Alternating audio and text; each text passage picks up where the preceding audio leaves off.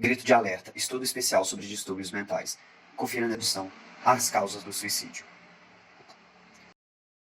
Introdução. Esta revista reúne algumas das principais dúvidas acerca da psicanálise, seus conceitos e utilização, buscando informar aqueles que sentem-se atraídos por este conhecimento centenário, tão difundido entre a nossa sociedade e algumas vezes utilizado incorretamente.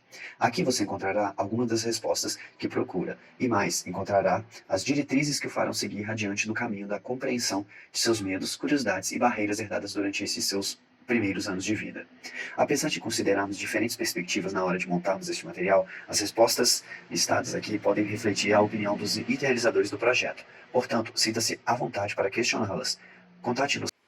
Algumas considerações filosóficas sobre a morte. A morte é uma liberação de todas as dores e o término além do qual os nossos males não ultrapassam. Ela nos leva de volta àquela tranquilidade no qual jaziam antes de nascer. Ó ignorantes dos próprios males, aqueles pelos quais a morte não é louvada e esperada como o melhor invento da natureza, que inclua a felicidade, que afaste a calamidade, quer ponha fim à sociedade e ao cansaço do velho, quer arrebate a idade juvenil em flor, quando se espera o melhor, que a chame a infância antes que cheguem os estágios mais duros. Pois se nenhum sentido resta morto, meu irmão livrou-se de todos os incômodos da vida e retomou para aquele lugar no qual estivera antes de nascer, e livre de todo mal, nada teme, nada deseja, nada sofre. Se quiseres crer naqueles que observam mais profundamente a verdade, alternando nos seus fluxos e refluxos, e que ora nos levanta com repentinos progressos, ora nos derruba com maiores danos, e frequentemente nos abala, como nos determos no lugar estável. Andamos perplexos e flutuando, somos lançados um contra o outro, e algumas vezes naufragamos. Sempre tememos. Nenhum outro porto há, a não ser a morte, para aqueles que navegam neste tão agitado mar e exposto a todas as tempestades. Algumas considerações sociológicas sobre a morte. O que é um homem? Um vaso que pode quebrar-se ao menor abalo, ao menor movimento. Não é necessário uma grande tempestade para que se destrua. Bata onde bater, se dissolverá. O que é o homem? Um corpo débil, frágil, desnudo, indefeso por sua própria natureza, que tem necessidade do auxílio alheio, exposto a todos os danos do destino. Um corpo que, quando exerceu bem todos os seus músculos, é pasto de qualquer fera, é vítima de composto de matéria inconsistente e mole, e brilhante somente nas suas feições exteriores, incapaz de suportar o frio, o calor, a fadiga, e por outro lado, destinado à desagregação pela inércia da ociosidade.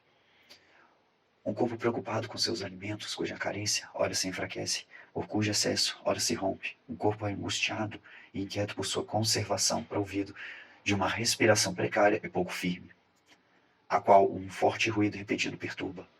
Um corpo que é a fonte doentia e inútil, de contínuo perigo para si mesmo. Admirai-mo-nos da morte nesse corpo, a qual não precisa senão de um suspiro.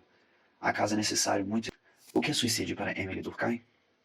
O suicídio é, segundo Durkheim, todo caso de morte que resulta diretamente ou indiretamente de um ato positivo ou negativo executado pela própria vítima e que ela saiba que deveria produzir esse resultado. Conforme o sociólogo, cada sociedade está predisposta a fornecer um contingente determinado de mortes voluntárias.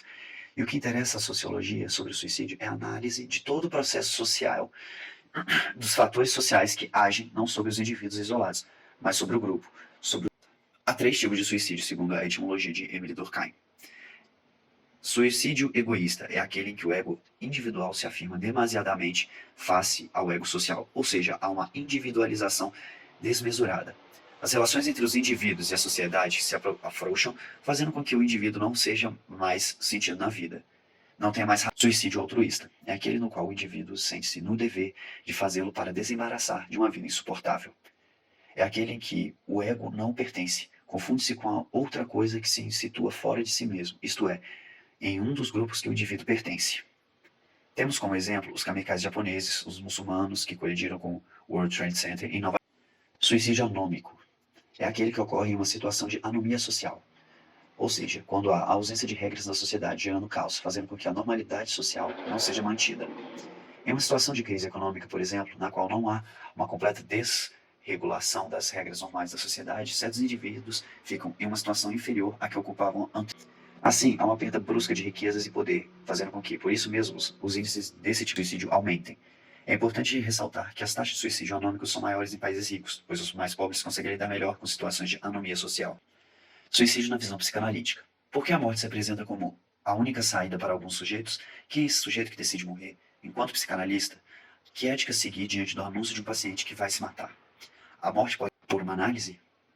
O homem que suporta a vida pela possibilidade que dispõe de matar-se, a morte é o que torna a vida possível. A vida é real e a morte é simbólica. E se o real é impossível, viver é o exercício da impossibilidade, e o suicídio é uma escolha capaz de dar significado à vida quando ela chega no limite da impossibilidade. O sujeito que escolhe morrer, via de regra, está submerso em uma angústia avassaladora. Dito de outra forma, é um sujeito atravessado pela irrupção do real no corpo. A angústia é sempre a angústia de castração. Portanto, a angústia de quem está vivo, a angústia do homem, no corpo, na vida. A morte não é a causa da angústia, mas uma forma de exterminar. Suicídio é um fenômeno complexo, multideterminado. Suicídio neurótico é muitas vezes um acting out, isso é, um ato no qual o sujeito cria a cena e participa dela, como se fosse o ator e o diretor da obra, cuja finalidade é alcançar o outro, daí seu aspecto de mostração. Mas por que clamar ao amor do outro com um ato suicida? Por que correr o risco de sair da cena da vida sem chance de retorno? O neurótico, diante da falta do outro, do enigma, do desejo do outro, responde com a fantasia, que é formulada como amar e não ser amado, onde o sujeito se relaciona com a família idealizada causa de seu desejo, que é também o objeto que sempre e objeto que, depois de adulto, não poderá mais contar. Fatores de risco. Pais. História de abuso na infância, seguido de isolamento social. Gravidez na adolescência, promiscuidade dos pais, falta de apego, falta de pré-natal, perda fácil do autocontrole, drogas, alcoolismo, baixa escolaridade, desemprego, doenças psiquiátricas, emocionais e de personalidade. Mitos. Quem fala não comete suicídio. Suicidas têm intenção absoluta de morrer. Ocorrem sem aviso. Melhor após crise significa que o risco acabou. Nem todos os suicídios podem ser prevenidos. Uma vez suicida, sempre suicida. Verdades. A maioria dos que se matam relata sua intenção. A maioria é ambivalente. Suicidas frequentemente dão ampla indicação de sua intenção. Muitos suicídios ocorrem em período de melhora clínica. Verdade, mas pode-se prevenir a maioria. Pensamentos suicidas podem voltar, mas eles não são permanentes. Multicasualidade do suicídio. Psicólogo, genético, socioambiental.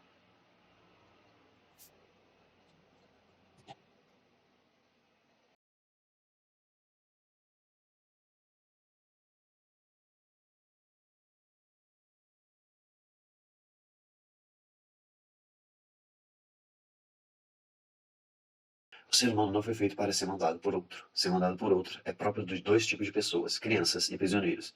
Evidências capazes de ser humano. O ser humano tem o direito de decidir sua vida, isso é, da natureza humana, e ele não pode deixar a violência prejudicar. Do ponto de vista estritamente religioso, nós não somos senhores de nossas vidas e eu iria perder uma centralidade do amor. Do ponto de vista estritamente religioso, nós não somos senhores das nossas vidas. Eu iria perder uma centralidade do amor divino se atentasse contra a minha vida. Deus está em mim e eu pertenço a Deus, aí eu não posso falar e sequer pensar em suicídio. A mesma ideia serve para os demais seres humanos. Até meus próprios filhos, nem eu fiz, só participei da parte gostosa do serviço. Emprestando meus espermatozoides, e que, por sinal, são milhares, e um só fecundo o óvulo. Mas a sensação de ser um semideus me leva a pensar que tenho direito sobre a vida dele, e no processo educativo, tornando infantilizado, a ponto que, quando se torna adulto, não consegue gerir sua própria vida e que, de alguma forma, volta ao lugar de conforto onde não precisa gerir suas frustrações, sua angústia, tornando-os adultos frágeis, incapazes de lidar com o compromisso da vida adulta.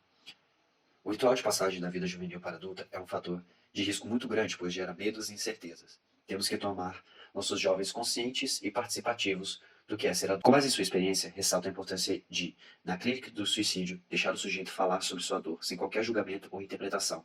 A pergunta deve ser: o que há com você? Somente assim poderá advir uma demanda de análise.